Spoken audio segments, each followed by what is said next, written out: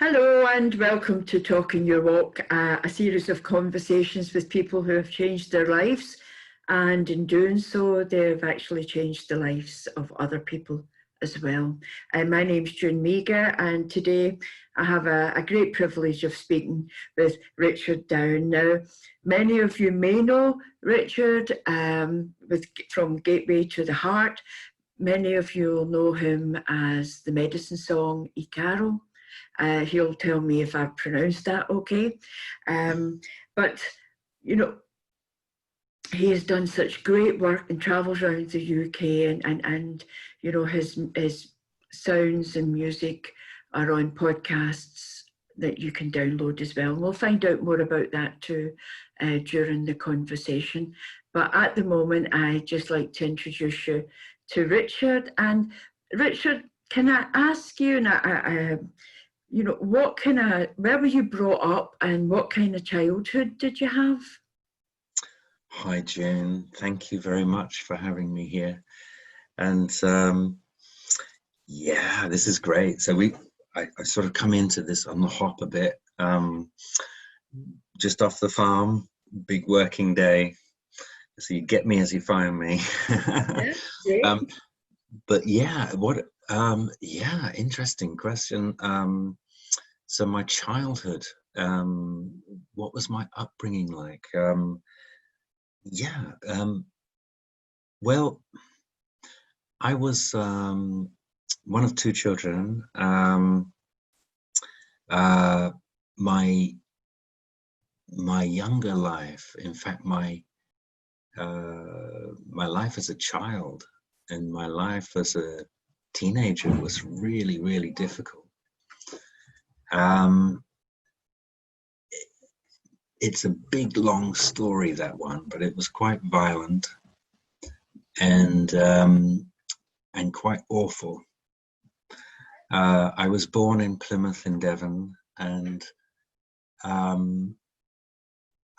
yeah, things were very unstable in my family, and we moved around a lot. I went to 13 different schools before the age of 11, barely had any education. Witnessed a lot of domestic violence and difficulties, and grew up with a lot of problems. And yeah, this was a difficult time, right through up into the age of 14, where I left home. And that was the start of me cutting a life of my own. I found myself in London. I was very much living on the streets. I was in the punk rock subculture and was very, very confused young man.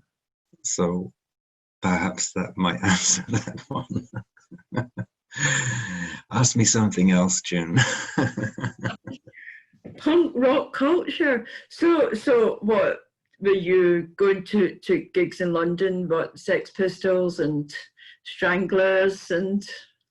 Yeah, I was in a band, and we were living in squats, and we were opening squats, and you know, for a place to live, to have a roof over our head, and I had a little business when I was 15, whereby I would open a dwelling, an empty dwelling, and change the lock, and go down to Victoria Station and sell the key to Swedish backpackers. Okay. And we'd make a little bit of money giving people accommodation. I was quite savvy. I had to be really quick, because I didn't have anything, and I didn't have the support of my parents, who were well off and into a political lifestyle. And so I was totally on my own. And I learned to survive. And yeah, it was a precarious time for me. I was quite good at surviving, and I lived for kicks and you know, the beers and the drugs and the music, and it was exciting as well for me. But it was a time of making huge mistakes. Yeah. And I had to learn from them quick. And many things were learned within those years. Loyalties, and I had some really strong people around me as well. Some very influential people. I had angels around me who just wanted to keep me here, I think. They were protecting you because they maybe knew your future. Yeah, well, I sure didn't.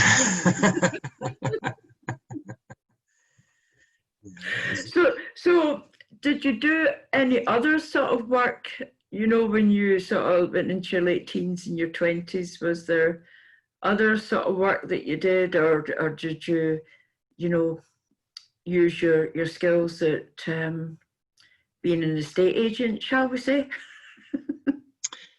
It's amazing that you should mention that as one of the things I have done in my life. But oh gosh, so many things have happened, June. Wow, I ended up getting some sort of education. I got some O levels and A levels and College of Further Education. I looked like I was going to. I did a course, a degree by independent study, which I didn't complete, but in the study of juvenile delinquency. It looked like I was going to become a social worker or something like that. And yeah, things really were changeable all of the time, and sort of between 14 to 18, 19, 20, you know, I found myself in so many different situations. I worked umpteen different jobs. You know, I got employment. I took employment in all sorts of things, from cleaning people's houses, and my mum, who was very influential, from time to time tried to sort of help me out from afar. I worked for an agency that was geared for children of rich parents.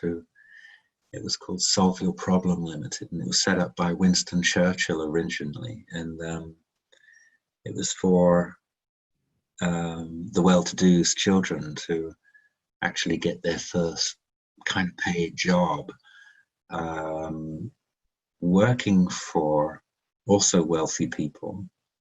It's not like we were security checked or anything like that in those days, but I ended up working for an amazing lady, Susanna Lee, who was a 60s Hollywood starlet back in the day, and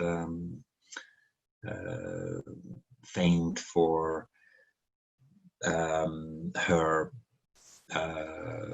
parts in Elvis Presley films. And she knew lots of very, very iconic rock stars, and I got to meet some of these people, and so although I had nothing, and I was going back to my squats each night, I was living the high life as well. And by the age of 21, I'd met, you know, a lot of very famous people, and I was known as Richie Rich, like the go for this and go for that. And anything could have happened to me, anything. But I just sort of, you know, I was around a lot of hard drugs and fast times, and literally I could have fallen at any time. I saw people fall around me. A lot of people from back in those days aren't actually alive. But I felt like I had to be strong and take a little of this and a little of that, but just sort of stay with it. And I was quite cluey and focused. I got bailed out many times by women who found me and tried to sort of rescue me. And yeah, I think they sort of fell in love with the bad guy, and they wanted to try and make him good. And one of these women who became my wife took me out to Australia. And what age were you? I was, let me see, 24, 23 or 24. I went out to Australia, and I stayed there for a long, long time. I think it was 15 years I was living in Australia. And it was almost like I had to do my time in this land. I wasn't very happy there. I was a long way away from all of the London scene and the pop stars and the friends that I'd made and the fast times. And it was actually a very quiet time of real hard work. I was in the building trade, and it sort of kept me straight and very very controlled with myself. My dear first wife was a very quiet person, a beautiful lady. She wanted children, and so we started to have children. And I felt we were married, and I felt that as a young married man that I should really do the right thing and get a job, keep a job, and when baby came along, I was, oh my God, am I going to be a good father? Am I going to be able to, be the proper husband and the proper father? I didn't really enjoy these times at all. I was thoroughly stressed out, and not with a great circle of friends around me. I was in some suburb of Australia, Gold Coast, and finding it very, very difficult and lonely, really. But it lasted for such a long time.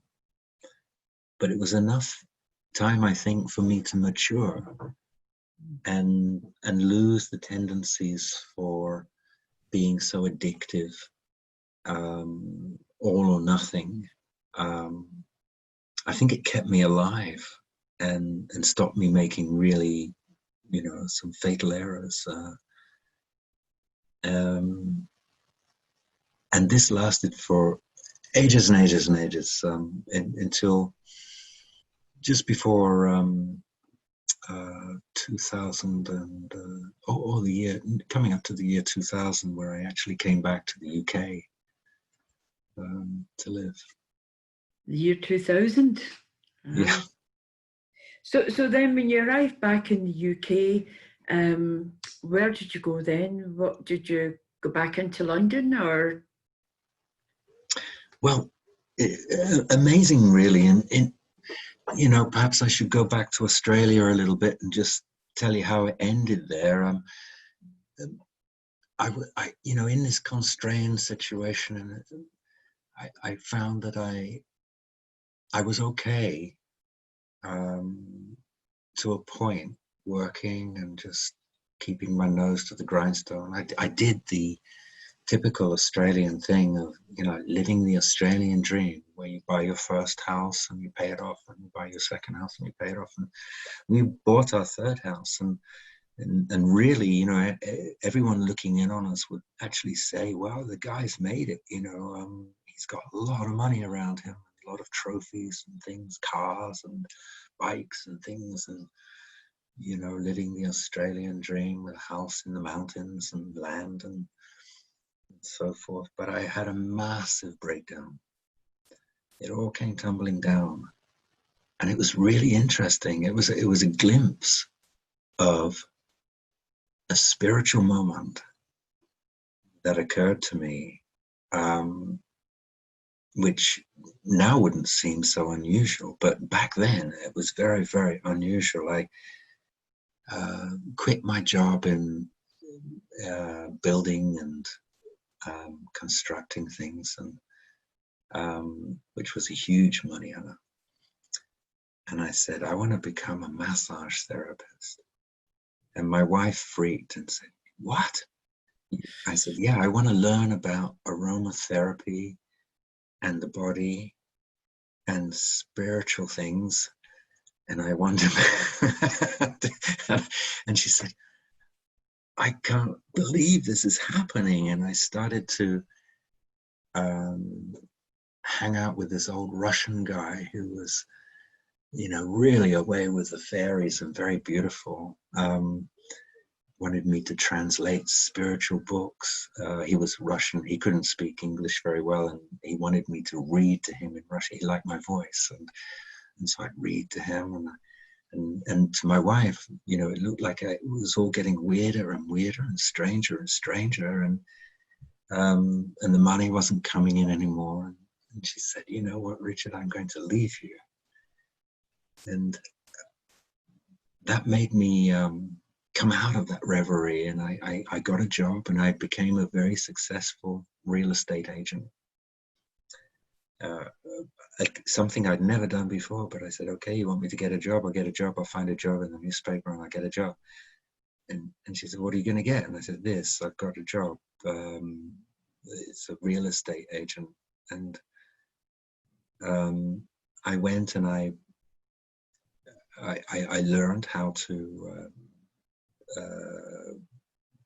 describe houses and find them, and I made it my business to know where all these houses and all this land was. And basically I was like a taxi driver taking people to these things. I said, well, you want a 4-bedroom double garage, swimming pool, south facing, I know it, like I know this Gold Coast. And I was like a quick talking salesman, and I earned a fortune, and I was thinking the money, but I became a workaholic, and my wife said, no, I'm really leaving you.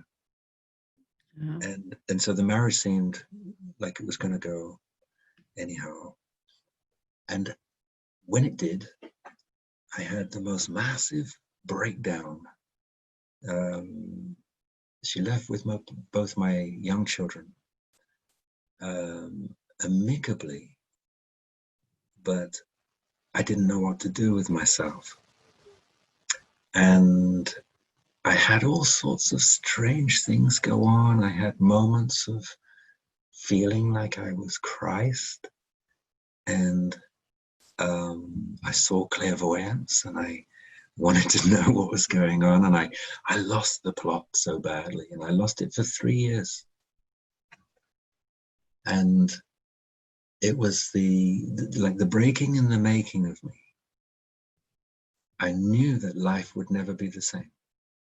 And along came a very young, beautiful Czech woman. And she said, upon meeting me, she said, I am like your angel, and I'm going to save you from yourself. At a time when I had absolutely nothing, I'd already gone bankrupt, and I'd been taken for, in Australia, when they divorce, it's like America, like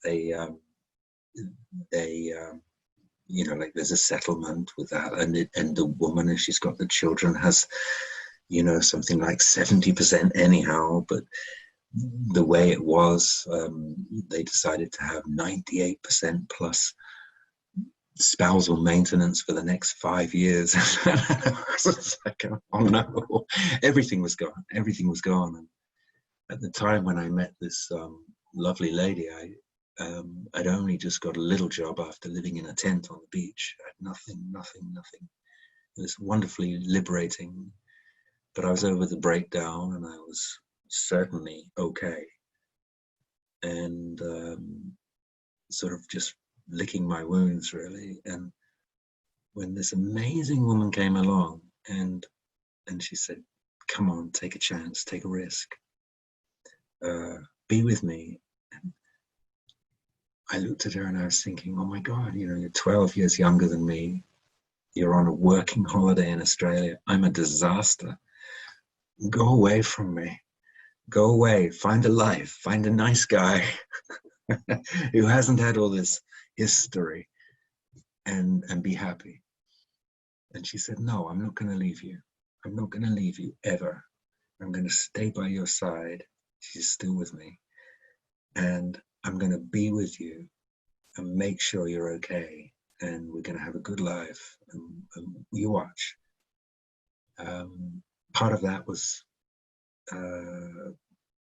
leaving Australia. She said, I'm sorry, Richard, but I can't stand Australia or Australians. I need Europe at least to be a little closer to Czech Republic. And please, let's go, at least try. And so we tried living in Prague, but with me being unable to speak English, there was little chance of me earning, you know, money and income.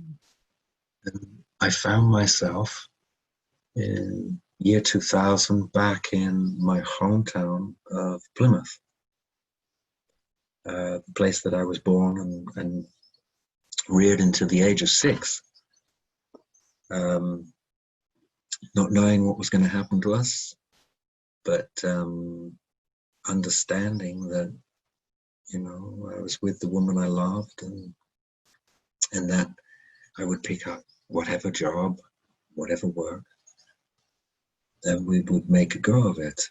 And this is how I ended up back here anyhow. So what happened to the thoughts of becoming a massage therapist? Did you learn that out in Australia, or did Oh, I did, yeah. Okay. When I you know, I did everything I thought of, basically. You know, and that included I got the certificate of natural therapy. I studied for just over a year, and I never really tried to work at it, but I certainly studied all of the modules, and I passed and got the thing on the wall, you know, at the time when I was still with my wife.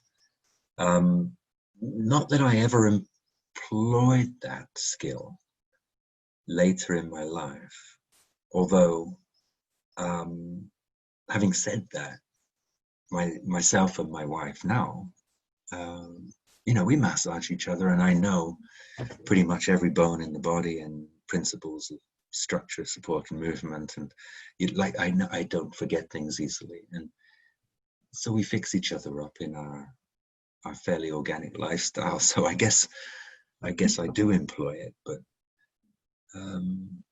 yeah, many things that I've done, all have been useful.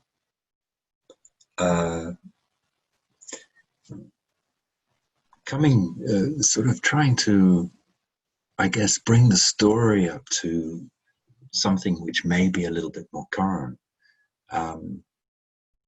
I did many things for money in my early days in the UK, but still not a spiritual path,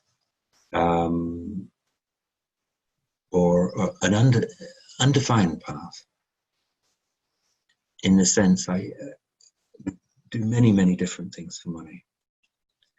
Not really worth mentioning because they weren't that prolific in my life or instrumental, but hey, they may still become. Strange how things go. But then at a time when I actually needed to help myself again, I'd always had a tendency to be addictive, and I found right through my life I was battling with addiction.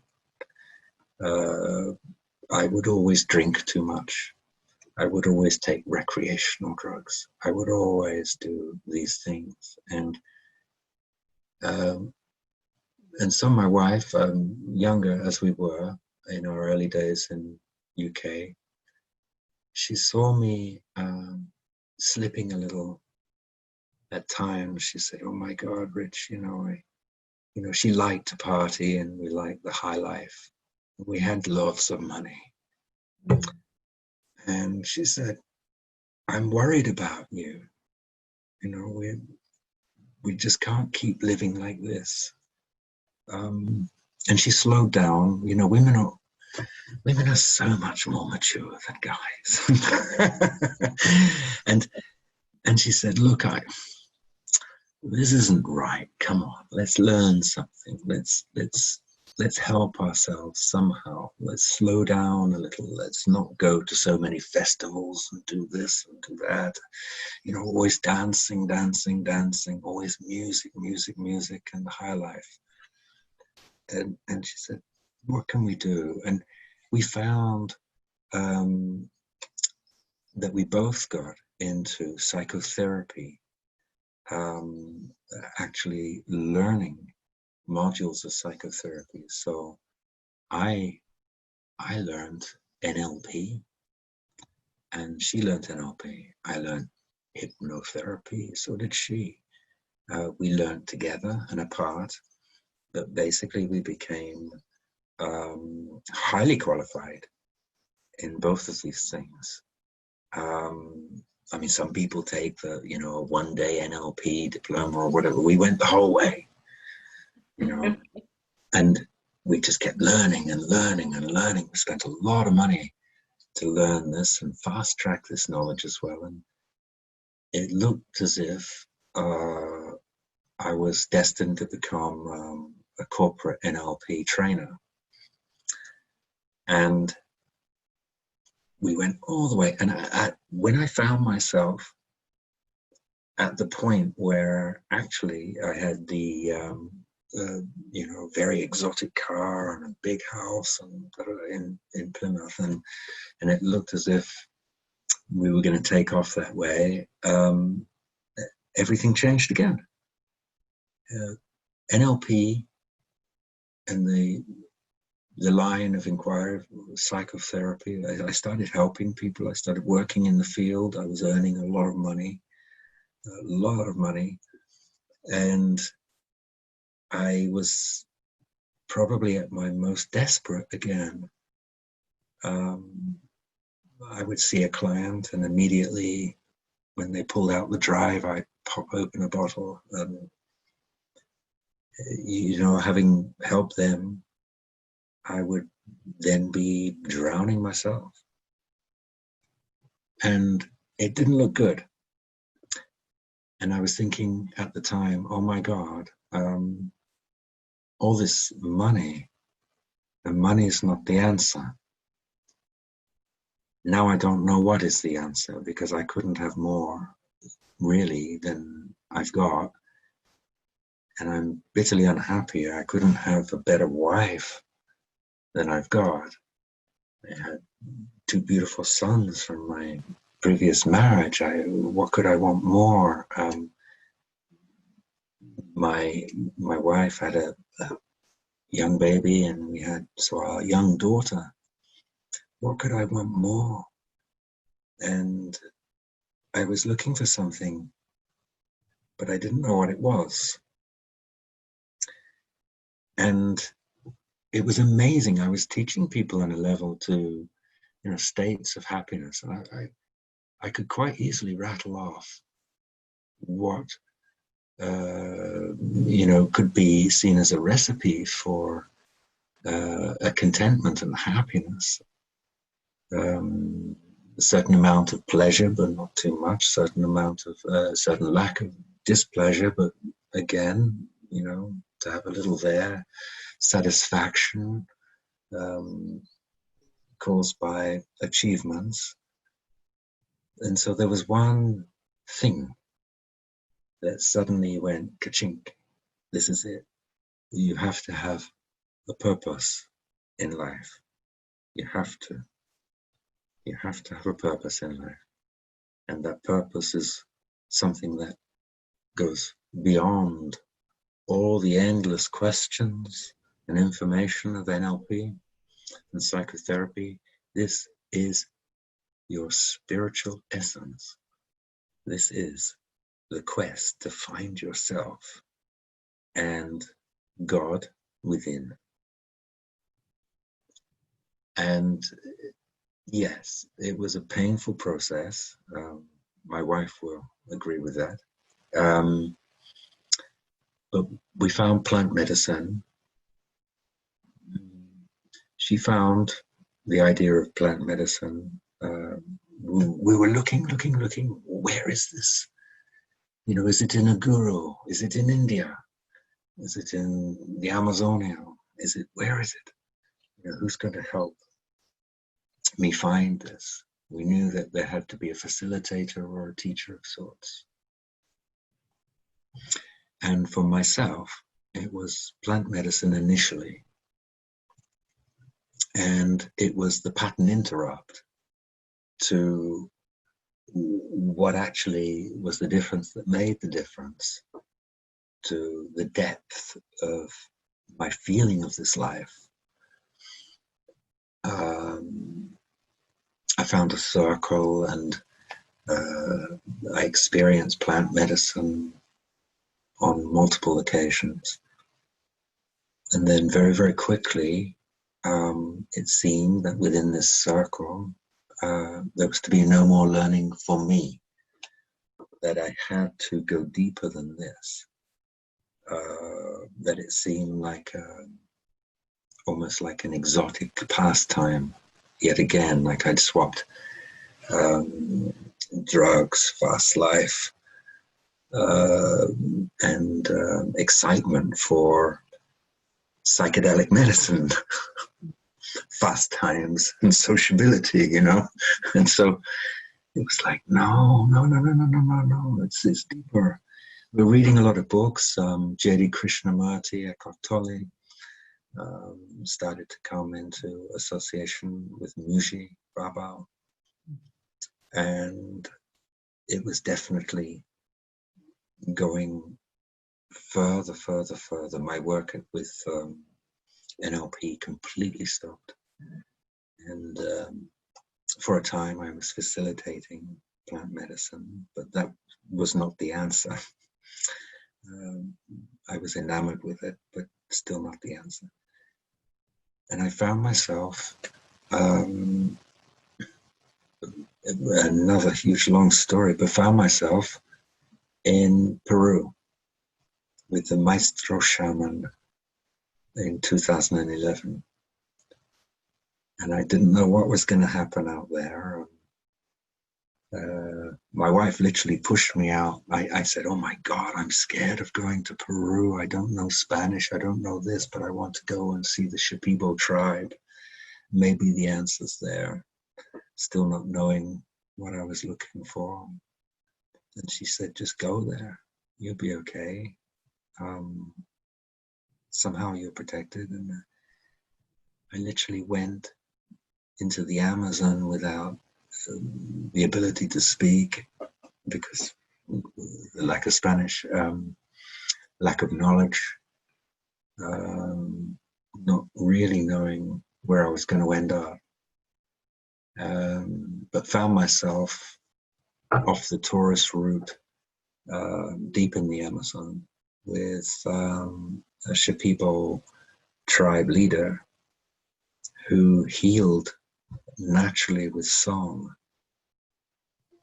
And it was in this moment that I came into an ability that has stuck with me since, literally every single day since.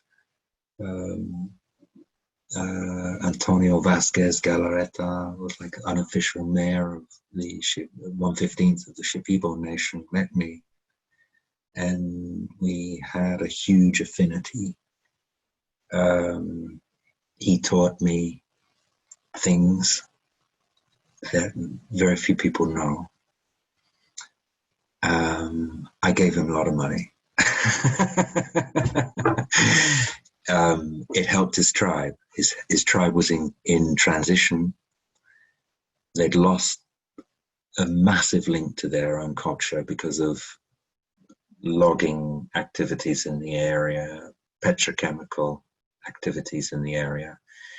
And in 2011, they literally were in this huge transition where they didn't have what they had in the past, but they didn't have enough to enter into the future. They couldn't just be slash and burn nomadic tribe, moving every 3 years to new parts of the jungle. That was not possible for them, so they were stuck. And at that time, they'd been stuck for 5 years. There's a lot of abject poverty that I witnessed. And I was saying, well, what's going to happen to you guys? You know, what do you want? And they said, we can't move. There's not enough menfolk to move anymore. We need money for the first time, really, money. And we need to stay here. So we've got to establish things. We need water, we need clean this, we need buildings, we need boats, we need lots of things. And I gave money. Some people at the time, or shortly after, were criticizing me for being such an influence on the culture at the time. But other people said, you know, if it wasn't you, it would be other people as well. And it's not as if you're the first. Christian missionaries have been through, everyone's NGOs have been through, everyone's tried to do things with them. But actually, you know, you gave the tribe leader exactly what he wanted. He wanted a bore put down to find fresh water. Well, no one can argue about that. He needed a boat in order to get people to come visit his medicine practice. He needed more houses made, more structures, and I gave money for these things, and he gave me ability, and even to the point of dismaying his friends at the time. His Shipibo entourage were questioning, why would you give so much to this white guy who comes along? And I don't know, but I knew that I would honor the song world until the day I die. I had to promise this. And we had such a lovely friendship at the time. I went back again in 2013, and he kitted me out with more abilities and ways. And yeah, the thing was, it occurred to me that, you know, what I was being shown was a unique ability to be able to heal without giving people strong medicine. And when I thought about various people back in the UK who really needed help, I understood that not everybody can drink ayahuasca medicine, the strongest brew in the jungle, you know, psychotropic medicine. Not everybody would want to, but not everybody would be able to. So, you know, young children, older people, people with a very, you know, set and narrow view in life, but sick people. I had people back in the UK who had things like multiple sclerosis, you know, treatment-resistant diseases, young lady with AIDS, people that were really, really unwell. And there's no way that they would find medicine like that safe to drink, or plants de dieta, or even go out to the jungle and meet the maestros. And Antonio said, take the song back. Take the song back and sing it. And I came back in 2011, and it was amazing. I mentioned this to a pagan lady who was quite influential in the Southwest, and she said, "You've got what, love?" And I said, "Well, I've got this song, magic song." And she said, "Really? I'll get a big group together for you." And she did. This is the first time I kind of unleashed the song on the public. There was 40 pagans sitting in front of me, and kind of like this. What's he going to do? And it was marvelous. I just sung the songs, and at the end of the evening, people said, "Wow." In the sharing, we passed a stick, and people got to say things, and people say, "Oh my God," like I felt like, I could see these things. Or some people said, "I felt these things." Some people said, I could taste something strange in the air, and blah, blah. And over the weeks, people said, "You know what? My thing's gone. My ism has gone." And I'm so thankful. And I started to get my first written testimonials to my work. And I didn't ask anybody for this. I didn't push them or pressure. I didn't try and sell myself. And my wife said, "Wow, you came back with the songs of the Shipibo." I said, "Yeah, and I can sing it in Shipibo and Quechua."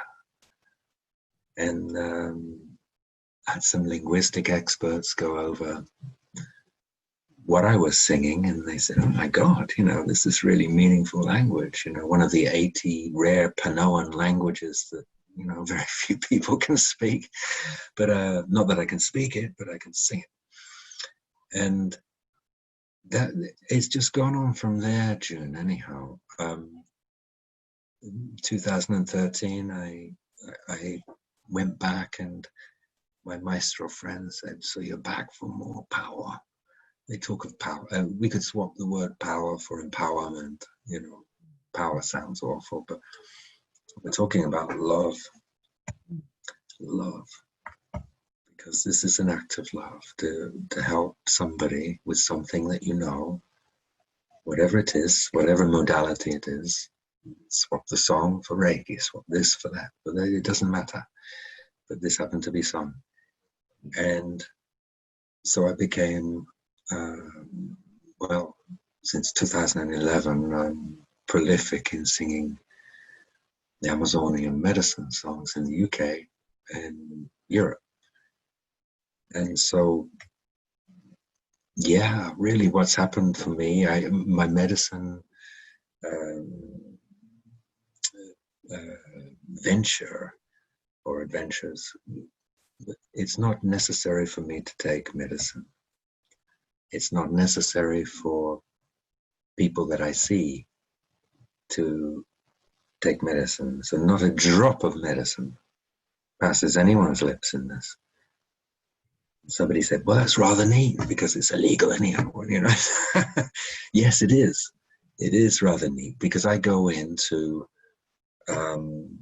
home ed groups of children, and I sing to autistic children. I sing to people in old folks' homes, so residential homes. I did a whole time of going into residential homes. I got into one. I had to say that I was just an entertainer, because if I went in there and said I'm an healer, they'd say, "No way, we don't, but we'll pay for an entertainer." So I got into one, and I said, "Well, they liked it. What do you do?" And I said, "Oh, I just sing songs." "Oh, really?" And I dress up like an Indian. And they said, "Oh, cool," just not shout ayahuasca too loud, but and they said, "Well, it's amazing, like Mr. Jones with the Parkinson's, we've known him for 3 years. He's lived here, and he hasn't stopped shaking." And he actually stopped shaking when you were singing. Amazing. And so encouraged, learning about what was possible with what I had, which I didn't know what I had, but people would be the evidence. So everything is evidential. You know, I don't claim to. I've helped people back from stage 4 cancer. I've helped or catalyzed the ability for them to heal themselves.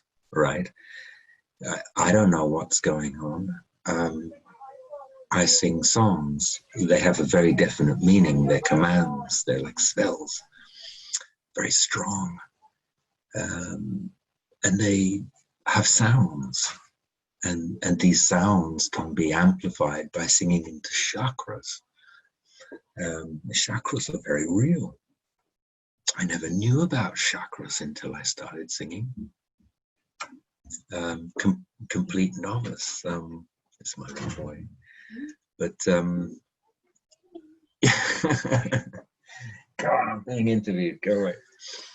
So yeah, I've just been doing this, Jim, everywhere.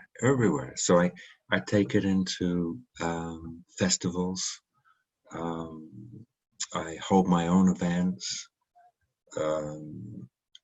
I have even taken this into raves and electronic dance music. But fantastic effects. People you'll see on video testimonials, YouTube, my websites and so forth, but generally word of mouth. A lot of people in the healing field know that it works. Yeah.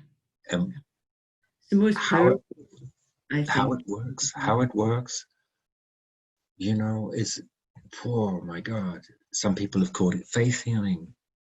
You know, the fact that they go to see the maestro shaman and he's about to sing the magic, you know, there's an element of everything in this. A certain amount of hypnosis in this. It doesn't matter. Robert Dilts, NLP, top dog, he said, whatever it takes. Whatever it takes. And I believe that.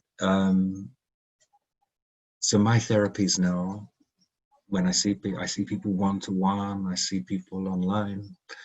I see a lot of my clients are online because they can't just be in Devon in front of me. So they're all over the place. But I travel about as well, or I did, up to this lockdown that we're in. And I sing. So the mainstay of my healing is the song world, the medicine song. And yes, NLP comes into it, because I'm asking people what their problem is, and I'm getting. I kind of see myself these days. My maestro friend in the Amazon first coined maestro shaman Richard Down. And I said, oh no, I can't call myself that. They'll laugh at me.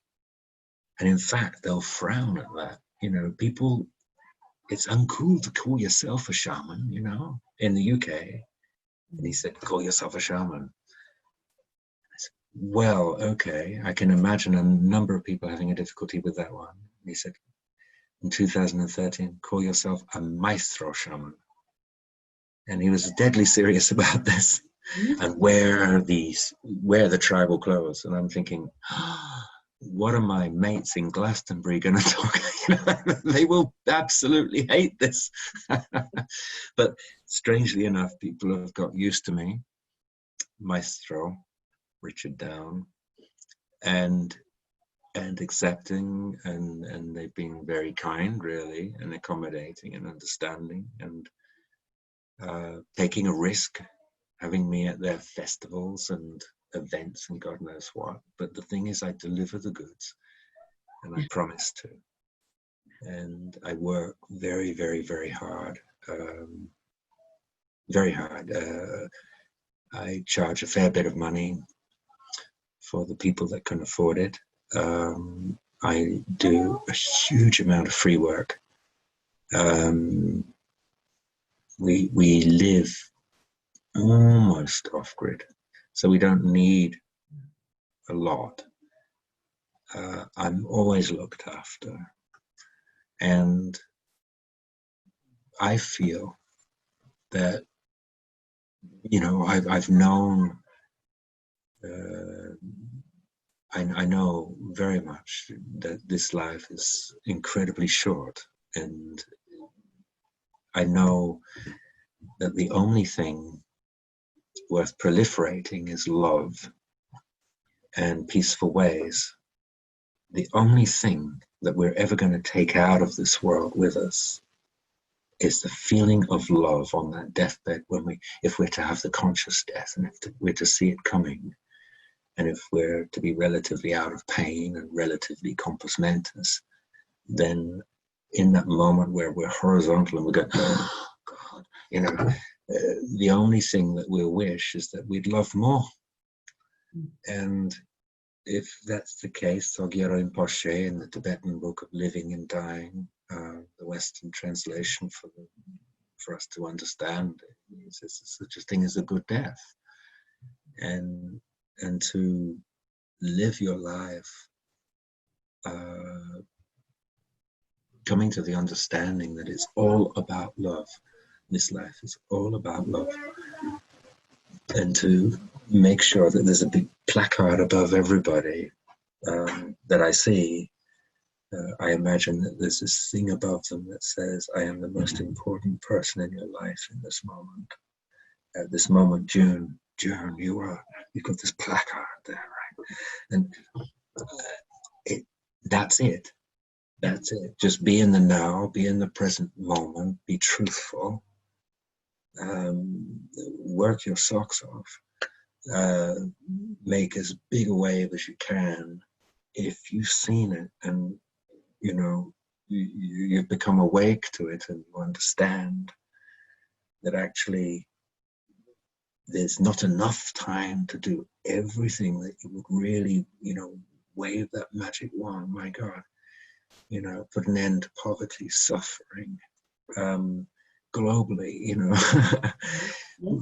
start with the self, and, you know, getting that right. You know, this is as much my healing journey existentially via the song world and what I've got to give currently. I mean, it might change all again. I'm still young, right? But you know, this is times of the essence, and you know, have you got any more questions for me, June? I think you're right, and I think we're living in an amazing period of time at the moment where more people seem to be waking up and bringing love as their center of their being. And you know, I think it's a great privilege at the moment to be alive at this period in time, which one day will be in history for someone else. So nowadays you do the global meditation. Do you still Yes. do that? Yeah. So, well, Facebook, social media provides an opportunity for us to, you know, reach people. Just recently, I had a bit of a setback. My 11 years of building up my 5,000 tribe disappeared overnight one day, back in April. We still don't know why, but it just went, and permanently removed. And so I'm in the process of building that back up. I still got my professional page, and I still got my platforms. So I have Sound Healing Events Worldwide, Sound Healing Events UK, and the World Peace Meditation, which we run jointly, Anne-Marie Bremer being the founder, and myself and Elisa as helpers for Anne-Marie. And so we run a global synchronized peace meditation each Saturday. whereby people can join. And I mean, actually, during the lockdown, there's been a huge amount of people gravitating towards this one, looking for guidance and something to cling on to like a rock, you know. And we got plans for that. If as long as nothing happens with Facebook, we're okay. Yeah. We need this one. But yeah, pushing out peace initiatives. The flavor of my work in the future, I was before the coronavirus lockdown situation started. I had a tour of the UK called Power Up, and it was going very well. I got to number 8 on the tour. I'd been to loads of different cities, and I was due to continue that. So what's happening now is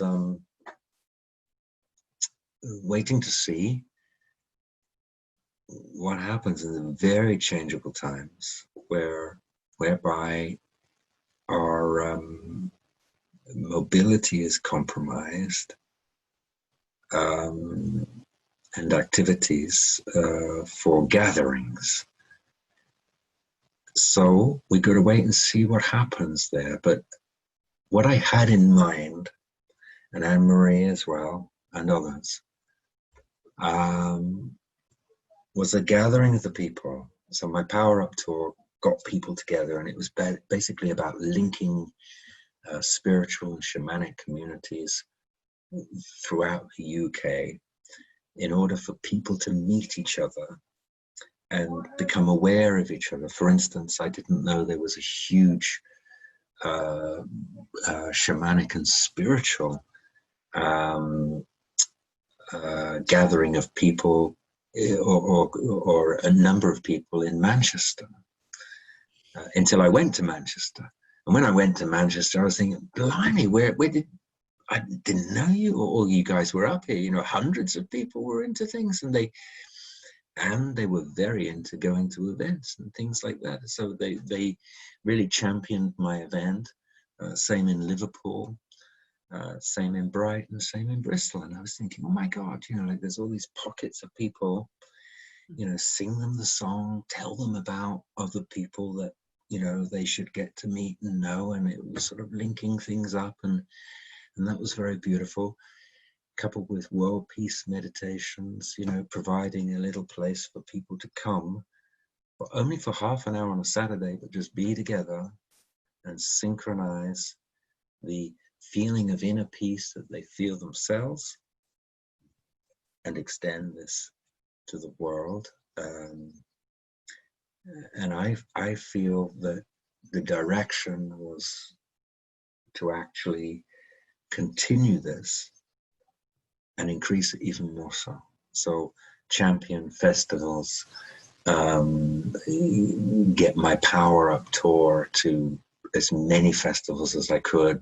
All of that's now not going to happen, but continue with cities and revisiting cities. I went back to Manchester 3 times. I was due to go back to Brighton, Bristol, Derby, Leeds, Sheffield were all on the cards as well, and to revisit and to keep extending, even to go up to Scotland, Edinburgh and Glasgow, and find all of these people around the place, linking everybody in order to create a field of unity.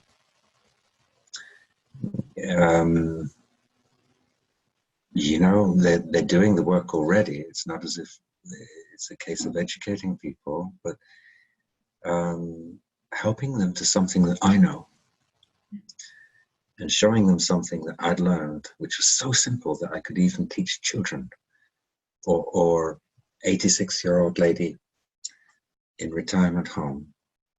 So simple, the basic chakra sounds and how to overtone them, and how to find spirit song or soul song or light language or Icaro, whatever you like to call it. It's a spirit song.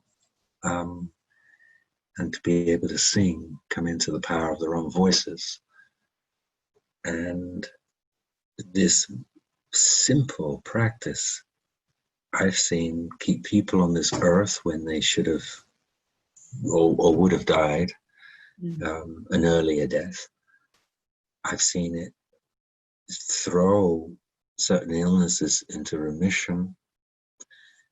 I've had the most extraordinary results, or you know, through teaching people and them continuing with this. So it was like catalyzing a healing effect, but showing people how to continue to condition themselves to a state of better health or a state of greater awareness, and things would just start to move for them in order for them to become awake. I talk to people about becoming aware and to live in the present moment. Really simple things, June. You know, sort of simple, obvious things of finding themselves literally in the moment and stepping into the power. Not complicated things that involve completely learning a totally new set of, you know, like these are things that are natural to most people and make sense and can be taught quickly. There are a few truths I found in life whilst I've been looking. You know, if I were to take everything that I'd learned on that crazy journey with me and say, well, you've got to do this and next step this, and you know, it would be impossible. It's completely unnecessary, a lot of things. What I believe is paramount for people in these times is to, and this sounds so naive, but literally to be kind and keep it simple. You can waste an awful lot of time, one can waste an awful lot of time in different spiritual concepts. It's fascinating. It can be absolutely mesmerizing. I remember spending months and months doing a lot of past life regression and all sorts of things. But, you know, in these times, I feel, to cut the chase, this is just my belief, of course. And to people doing this work, I hope this doesn't offend in any way, but I see that things are, time is of the essence here. And I wouldn't want to throw up an apocalyptic vision here and say, you know what, we're doomed if we don't move, you know. I believe everything is happening in a wonderful order that it does, and time is something that we only create anyhow. But I believe that there's never been a better time for coming into simple ways of living, less complexity, bringing a simple, beautiful thing. You know, most of us have the ability to make a noise with our voice, and it doesn't have to be a good singing voice. Wonderful energy can come into the body with that voice, with one's own voice, but we can also facilitate that for others as well. And with the psychologies around it being very, very simplified, in essence, if we have kindness and we go about things in a kind way, we have everything. That takes care of everything. Is it kind? Yeah. Is it necessary? Is it true? And if we just keep to this and keep to this, we find, well, a lot of things aren't necessary. And a lot of things are very unkind, and a lot of things are not true. Much as they're interesting, they're not actually true. And so what is true? The present moment, the love that is, and to reiterate the first thing, I sort of really meaningful thing I feel is that actually that's all we'll wish for at the end of the day. And if that's all we wish for at the end of the day, why don't we wish this now, in the now? And why don't we continue it tomorrow and tomorrow morning, and even extend this to the people that we find least attractive or hardest to like? We're here, we've got this ability to forgive and reconcile, we can do it. And it just takes this dissolution of the egoic state, and for us to just come back and understand that we're not separate from each other, no matter how it might seem. Some people will say, well, what about the extreme right-wing fascist? No. This person too needs love. And there is a loving part of them as well. No matter the worst killer has this possibility for a redemption, a way of turning things around. A newborn lamb to a complete sadist, would probably soften their heart. There's hope, and when there's hope, there's faith. We just keep it. There's life, and so I don't see. The future can be very wonderful, but we got to move. And if any of that stuff in the past that I waffled on about earlier prepared me for, I think I've had so many kicks and knocks in life. I've defied death so many times. I've had accidents and things and near-death experiences and God knows what, and been beaten and traumatized and ruined, and I've got back up every single time. And so if any of that was preparation for now, I would say it's just in the strengthening. I think that's so important, isn't it? And that's the message, is that, no matter what life throws at us, we can get back up. We can, carry on. We can sort of get that strength from somewhere, that inner strength, outer strength, whatever, but we can get that, and we can, there really isn't anything to fear apart from fear itself, I think, sometimes. And, to me, it's like the triangle, with myself, it's about intention, love, and compassion. And if you've got those three, you've made it. That's what I say. It means nothing to anybody but me. But I think it's amazing, to see and hear your journey. I've never heard that before, and what a journey you have been on. It's just, I feel very honoured sitting here to have listened to it, and feel quite privileged that you've shared this with me, and obviously with whoever watches this. I'm sure they'll find it quite inspirational. Oh, bless you, June. Well, I thank you very, very much for inviting, and in a way we sort of put each other on the spot here, which is good. So this is, without much thought thrown into it.